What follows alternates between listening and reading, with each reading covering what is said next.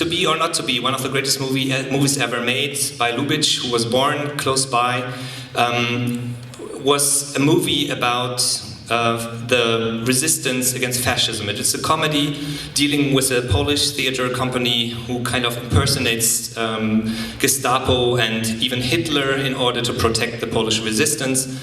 A wonderful movie, you will all enjoy it, whoever stays here. My first question for the evening is a comedy a meaningful weapon against totalitarianism and against terror in times like these, with all the terrorists bombing European cities now? Can you imagine a comedy taking place right now? Absolutely. But I would like to begin, if you allow me a little bit theoretical, very short speech, with nonetheless avoiding the greatest mistake, which is automatically celebrating comedy, or rather more generally laughter, as in itself liberating. If there ever was a book, and the film made upon it, with which I disagree, it is Umberto Eco's The Name of the Rose.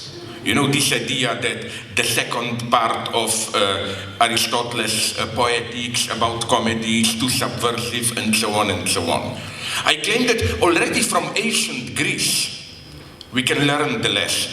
One would have thought Sparta was militaristic, disciplined, Athens, merry, comedy, and so on. But you know that it was the opposite.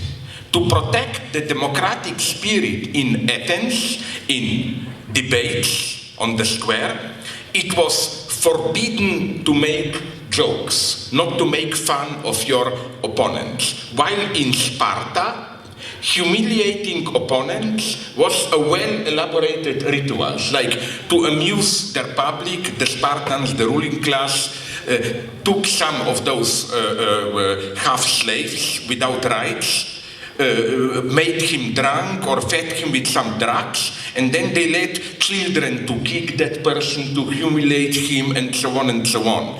And it doesn't only, it started there, but then look at all the strategies that we have of laughter, of making fun in a brutal way, from brutal modes of humor, like read Stalin's speeches. It is extremely brutal humor, making fun of Trotsky's, Bukharinists, and so on. All this English upper class brutal humor, or the cynical humor, where precisely you signal through humor that you do not take seriously your own ideology.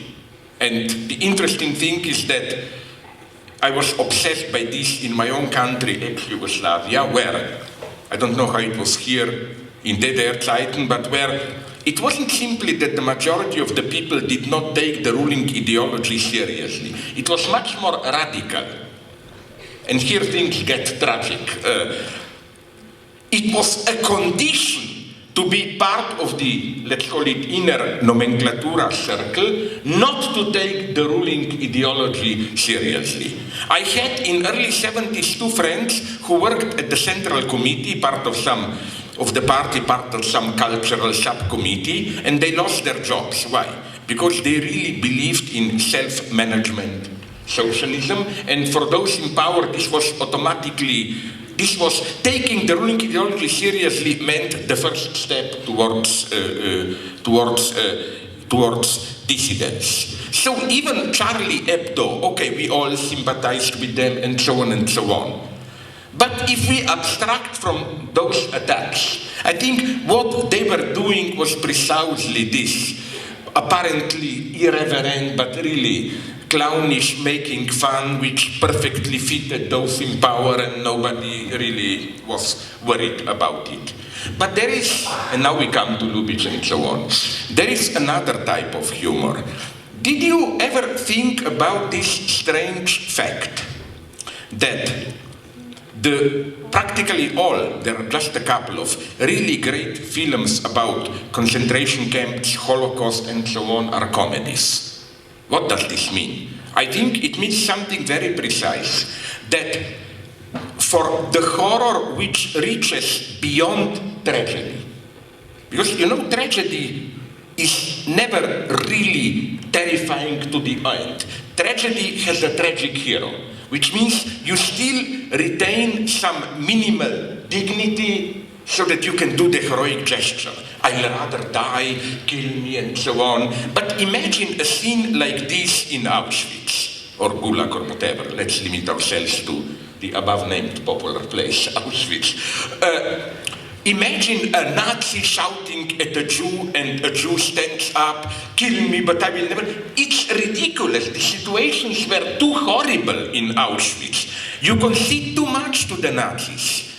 This is why, and I've written about it in a very problematic way, but I'm proud to tell you that in Israel I developed this, and people who were there with numbers that would agreed with me, that the concentration camps was so horrible that for them the only way to survive it was to experience it as a kind of a dreamlike comedy. Literally, all those crazy gestures and so on, you know what I mean? It was too horrible to be tragic. And I will tell you now an example which is breathtaking. I couldn't believe it. Some of my Bosnian, don't worry, I will not speak too long, I'm approaching. Yeah. Some of my Bosnian friends told me that you know that now in Bosnia there is a whole series of Srebrenica jokes. You know, that city which was slaughtered and so on. But now comes the catch. Not by other Bosniaks making fun of it, but by the survivors from Srebrenica. And some of jokes are totally tasteless, but I like them because they are so tasteless. One is, for this you have to know, in ex-Yugoslavia, when you went to buy the meat, you said half kilo of beef, and if it's not for the soup, they usually asked you with or without bones. Because the idea is the beef soup is better when you add bones, no? So, okay, you have to know this to know the joke. The idea is some guy from Srebrenica emigrated, then he returned there to Srebrenica after the war and said, oh my God, I would like to buy a piece of land here. What is the price? The answer he gets, it depends. Do you want it with bones or without bones? You know, bones of the corn. But you know what's my point? I don't think this is cheap making fun of, but there is a deep insight in it. Then things are too tragic to play this for me, I'm sorry, precisely out of my respect for victims of Paris and so on. You know, it gives me to throw up all this. Je suis Paris, we are all Paris now, and this solidarity and so on and so on.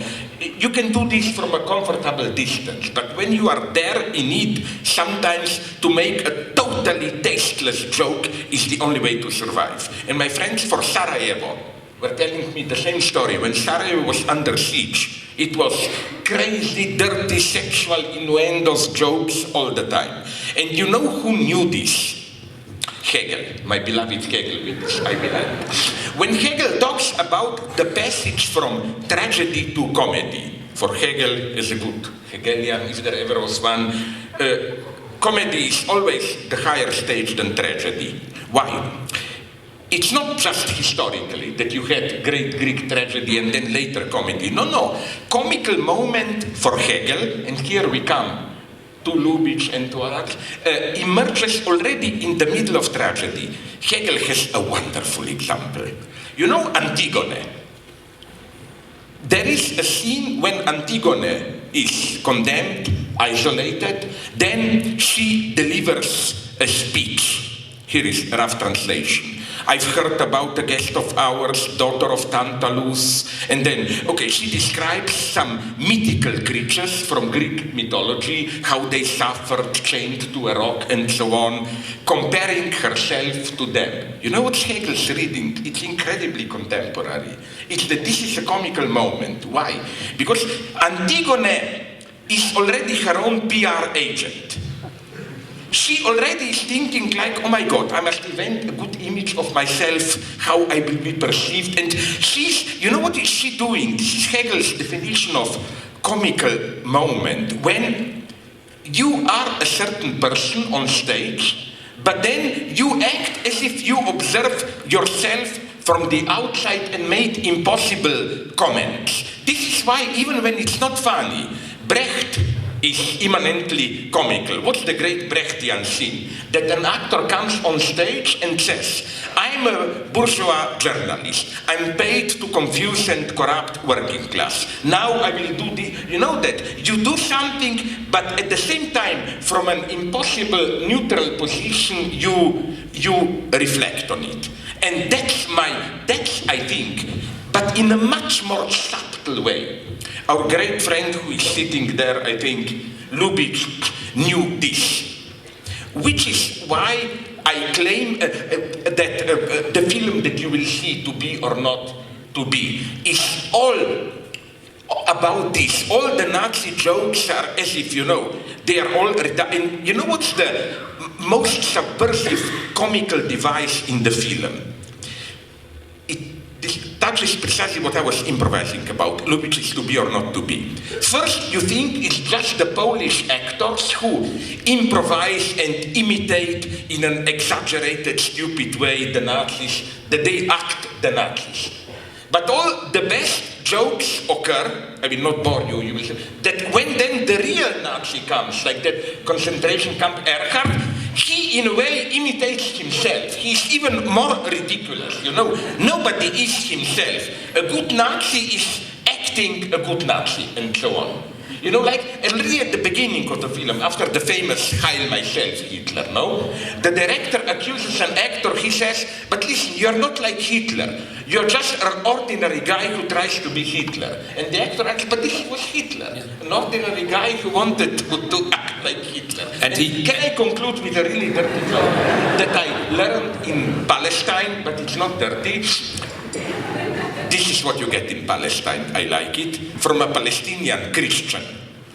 They even applied the same logic, I'm sorry if some of you know this joke, it's from one of my books, on Jesus Christ himself. The story is this one. Jesus Christ is doing his work before he died, and then he was tired, and one of the apostles tells him, why don't we go to Galilee Sea, and then, that's the irony, totally ahistorical, and have a holiday, a free weekend, play some golf, and so on, to relax. Okay, they do that. And then Christ with the club hits the ball, of course, he misses. The ball goes onto the Galilee Sea water. Christ being Christ, he walks on the water there and picks up the ball and goes back. And Christ says, then, okay, I will try again. The apostle tells him, listen, my Lord, it will not go. This is such a difficult hit that even, who is the great? Tiger Woods. Even Tiger Woods wouldn't be able to do it. Christ said, I know it. Okay, he does it again, he fails. Then, what happens, and I like this, totally a historical nonsense. At that point, a group of American tourists comes there with a bus and sees Christ walking towards on water and asks the apostle, but who is that crazy guy? What does he think that he is? Jesus Christ. And apostle answers, no, it's much worse. He thinks he's Tiger Woods, And that's the lesson of Lubitsch. Okay, as they say in Karl May Winnetou, ich habe gesprochen. For the introduction.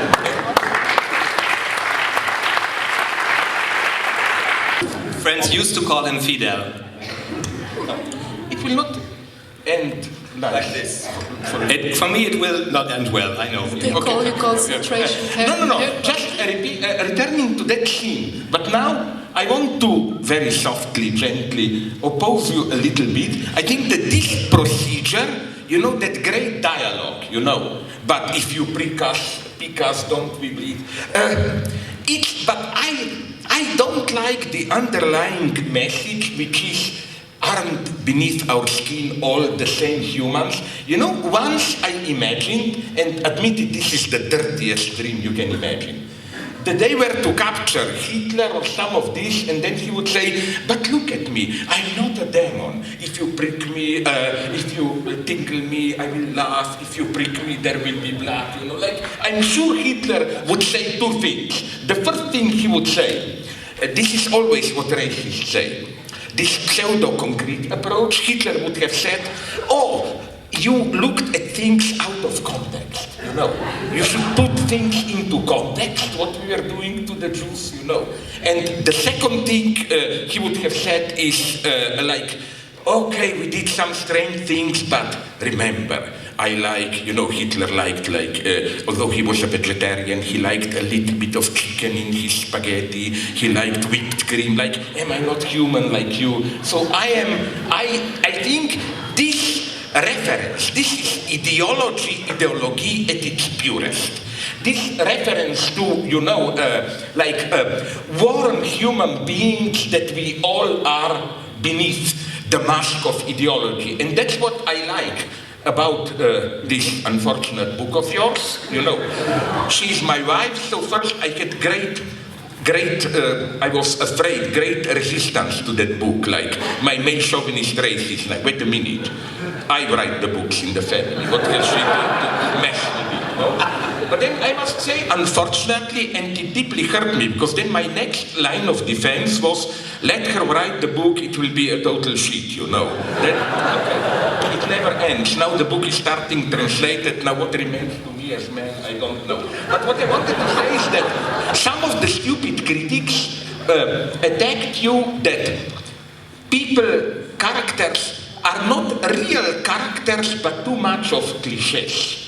But I think there is a deep truth in it, and although I'm not totally uncritical of Brecht, this is what he knew well. It's not that the cliché, the mask that you have, is a mask of some deep subjectivity. It's often the opposite. Your truth is in your mask. And all this inner wealth of personality or whatever is here to mask, to obfuscate the horror that you are really doing. You know, here I am X-Files partisan. The truth is out there in what you are doing, not in the inner stories you are telling yourself about it. I would absolutely agree, and maybe this but is... it doesn't solve you from what I told you. No, I know. Gulag is my... Gulag. Yes, sure, no problem. I can wear that mask proudly. Yeah. But to repeat my old joke, just this, but you know, you are my good friend. Which means, in Gulag, you should be so glad for this. You will be there in Gulag, I will be in Moscow, in Central Committee, and you know what? I will show my friendship. You know, in Gulag, you get, on Sunday, that disgusting borscht, cabbage soup with one rotten fish in it. And I will phone them, you will get 2 bowls of soup every Sunday. Will you not be glad? I will be so glad, and actually you can have my bones on this land, and afterwards... Sorry, let's go.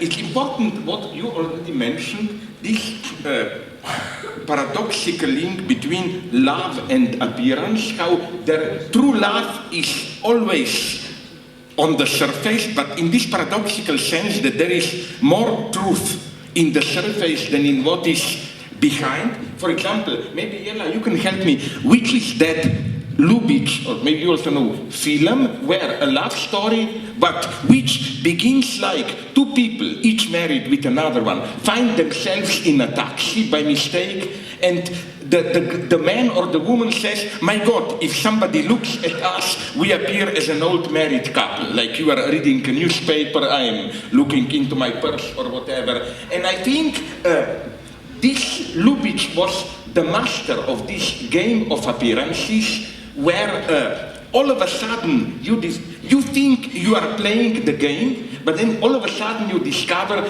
the game is more real than the stupid psychological reality behind. And even, although I'm sorry to disappoint you, although I'm here running against today's stage, but even if in this great opposition, Jane Austen versus Emily Bronte, this comedy of manners, where I'm absolutely romantic, Emily Bronte. But in one, I don't know which one, is it Mansfield Park, Jane Austen novels, you have this wonderful idea of a group of young people oppressed, they cannot talk openly, decide out of boredom to stage a play. But then, let's say I love you, it's oppression, I cannot say it. But as if by chance, I play a role, part of which is to say, I love you. You know, and this is what Lacan meant, that truth has the structure of a fiction. I think, so I don't believe in psychological reality behind. And the last thing, when we already went to horror, even the Holocaust and comedy, this is why when I say great films about concentration camp are comedies, I fanatically, decidedly do not mean La Vita è Bella by Benigni. You know why it's a fake? Because at the end, you are not supposed to laugh. At the end, when the son discovers that his father really sacrificed himself, you have this totally fake, serious moment of sympathy and so on. Okay, I have a whole analysis why that movie is wrong, but I would say that it's wrong because it plays this false game of appearances. Let me make a mental experiment with you, very brief one, don't be afraid. I'm obsessed with this, an idea of how to make the film much better. You know what's the basic story? Father and son are arrested, Auschwitz, and in order to enable the son to survive, father invents a myth. This is just a big competition. We can leave at any moment we want, but if we persist to the end, you will get a big prize, whatever.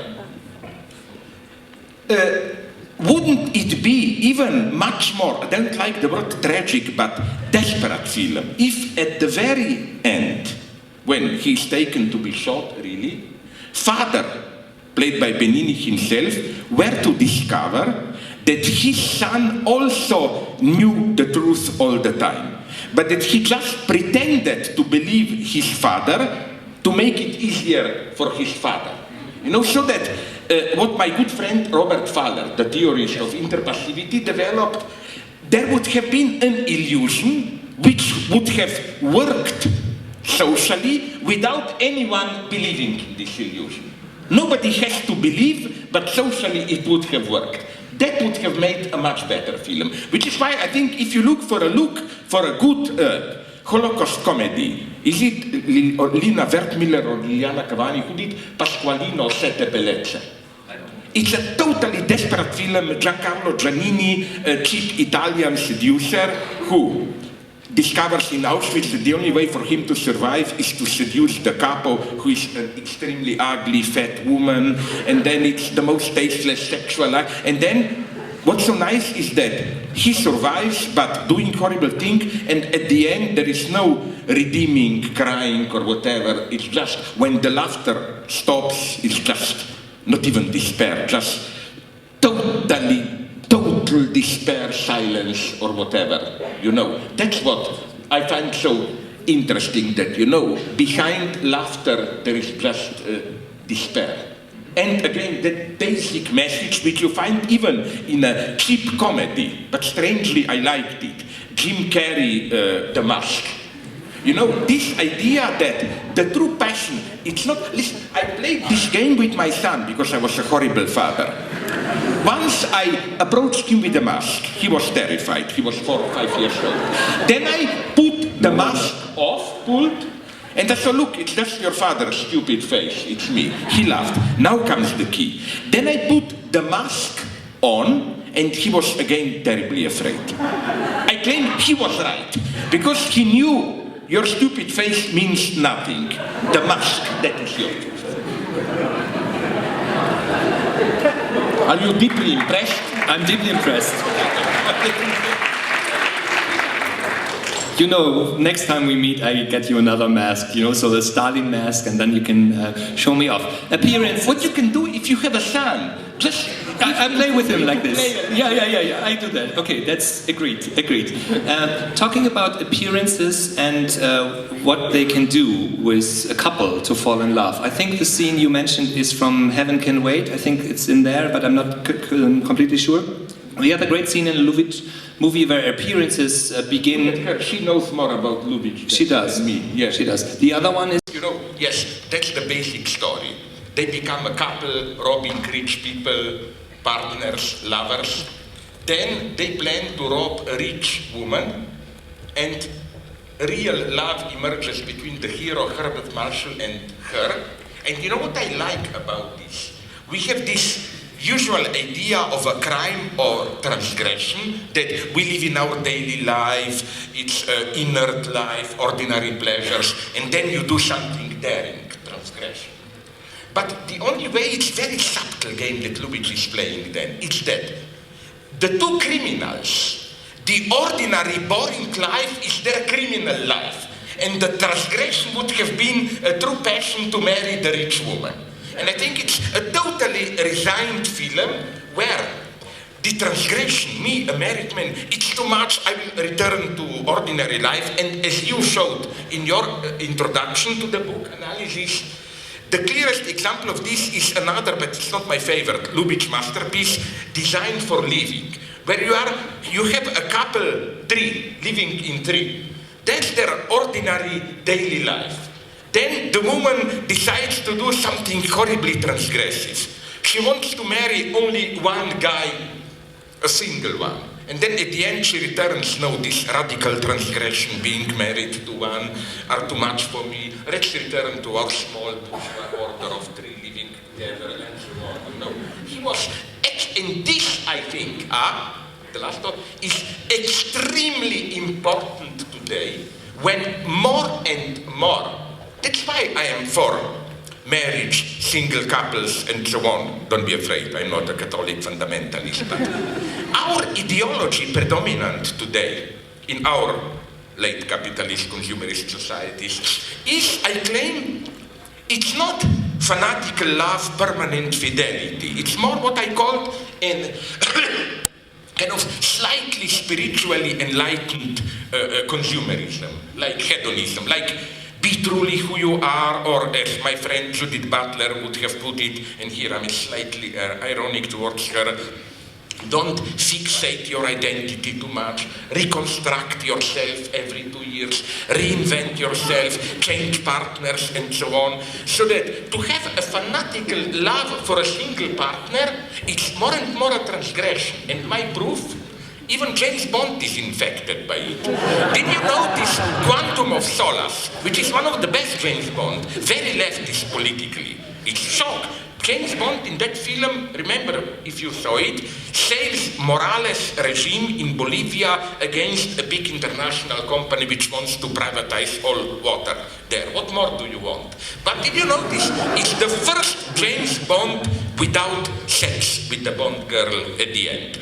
The same with, now I really go lowest of the lowest, I cannot imagine, falling lower, Dan Brown, Da Vinci Code and so on. No sex. And the tragedy is with the last film but the previous novel, Angels and Demons. There is sex in the novel, not in the film. I really think that we live in such weird times where to do the traditional thing, you know, this good old-fashioned traditional falling in love, which is the greatest catastrophe you can imagine. I really mean it, I'm not kidding. Imagine you are not in love. It's a wonderful life, you know. One night stands, you go around, you do what you want. Fall in love. Everything is ruined, you are focused on that and so on and so on. And I think more and more, even in psychoanalysis, American friends told me that in the 50s, where American psychoanalysis was still dominated by these German Puritans who emigrated there, if you were a married man and were not faithful to your wife, this was considered something is wrong with you, a symptom to be interpreted. Like, what are you escaping from, changing women? Today, I was told by my friends, it's practically the opposite. If you are faithful to your wife, oh my God, what fixation is this, pathological and so on. The norm is considered, be free, reconstruct, reinvent yourself. I quote in a very evil way Judith Butler, you don't have a fixed identity, you should always aware that yourself is a performative construct of enacting different roles and so on and so on. So I think effectively a good old-fashioned passionate love, I repeat here the old joke from my friend Alain Badiou, you don't have it in German, they have it in French and in English, to fall in love, tomber, to fall in love. That's for me great about love. You fall in love. That's why, again, back to Lubitsch, he knew this, no? Because how does Greta Garbo in not my favorite film, Ninochka, how does she dare accept Herbert Marshall? I would never accept him if I were to be a woman as well. You remember, literally, he falls down.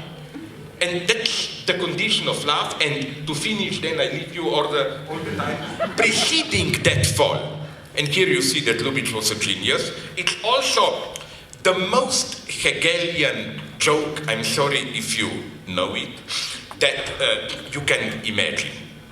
If you understand that joke, you understand Hegel. Hegelian dialectics of appearance and so on. You know, it's that famous joke when the guy comes to a cafeteria and says, coffee but without cream, please. And the waiter answers, sorry, we have no cream, only milk, so I can give you only coffee without milk. I cannot give you... You know, this is what Hegel meant by bestimmte Negation. Like, you know, coffee without cream is materially the same, but it's not symbolically the same. No, immediately, I see you are nervous. But what I want to say is that if you, but most of you are too young, I remember from early socialist times in Poland, they had the same political joke, you know. The idea is you come to the store and ask, for example, I don't know, do you have butter? And they tell you, no, you are in the wrong store. We are the store which doesn't have oil. The store which doesn't have butter is the one across the street and so on. And no, this is, again, and this is how ideology functions today. They mostly don't lie at the level of facts, but they lie at this no, they give you coffee.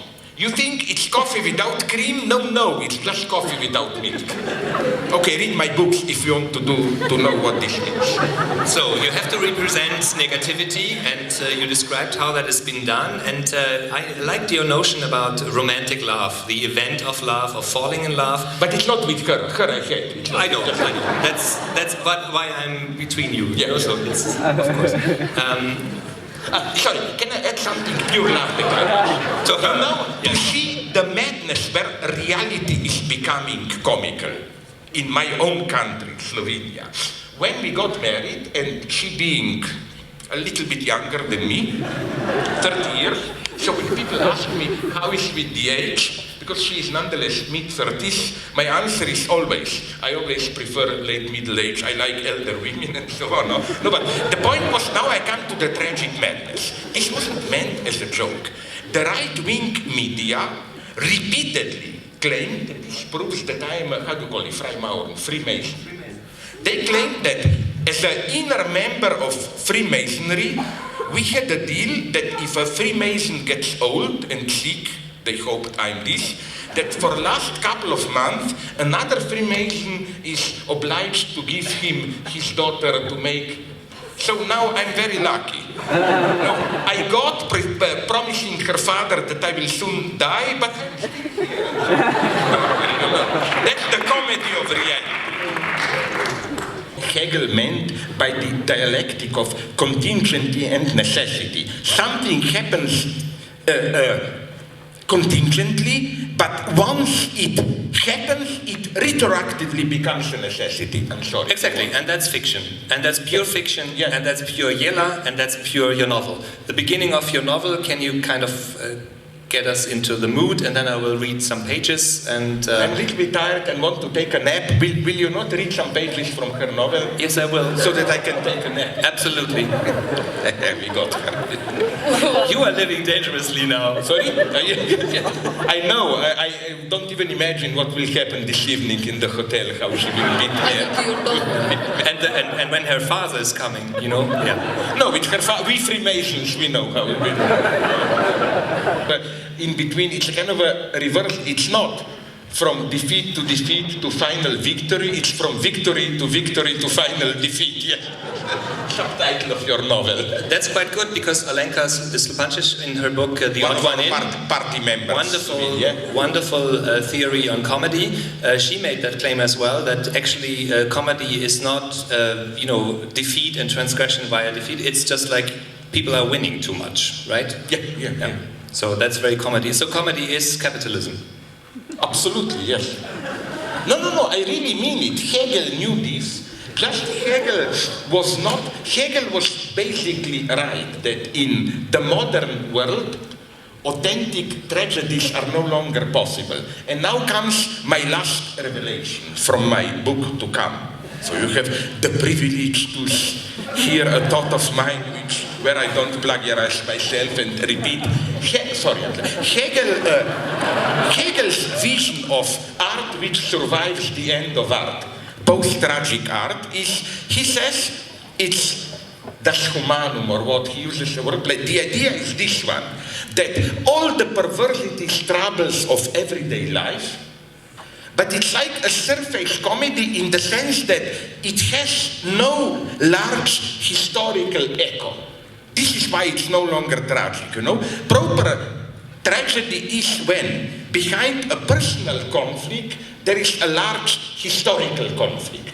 Modernity versus conversion. But Hegel says that since reason has won, all problems, defeats are simple, accidental singularities. Like it can be very painful if, I don't know, if you or I'm not even here, get cancer, but the only way to make it a half tragedy is to do this ecological research thriller. I got cancer because I was drinking water which was poisoned by a company. But if it's just cancer, you know, it happened to me in a totally contingent way.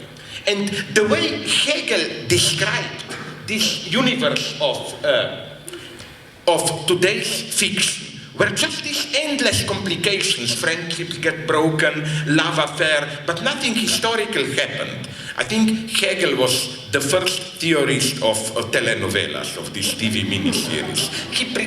Because what's the point of all that? Cheers or whatever, Desperate Housewives.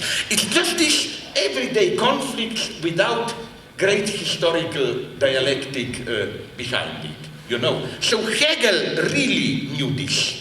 And I spoke with a Hegelian philosopher in Brazil who told me Brazilians knew this. There are Hegelian Brazilians who already saw this Hegelian aspect of telenovelas.